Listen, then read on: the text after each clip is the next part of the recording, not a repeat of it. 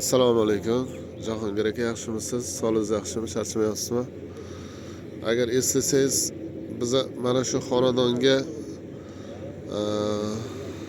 yordamga keluvdik. Mana hozir sel yuvib ketib, uyini yuvib ketib qolibdi-da, mana sel kelib, suv kelgan. Mana shu yerda bir xonadon oldida uy bo'lardi bilsangiz. Hozir mana qarang, o'tirishini qarang, uyiga qarab. Uyini yuvib ketib qolibdi-da.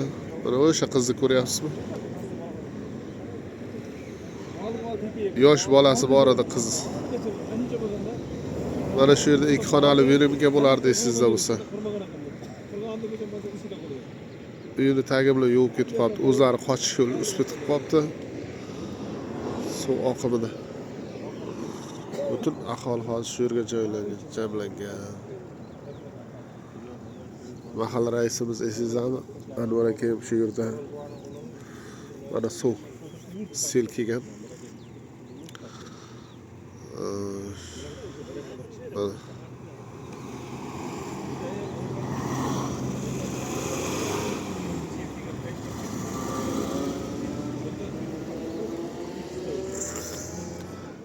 Ben o'tib ketayotib, nima bo'layapti ekan? To'y bo'layaptimi deb birinchi o'tyaptim, tavba qildim.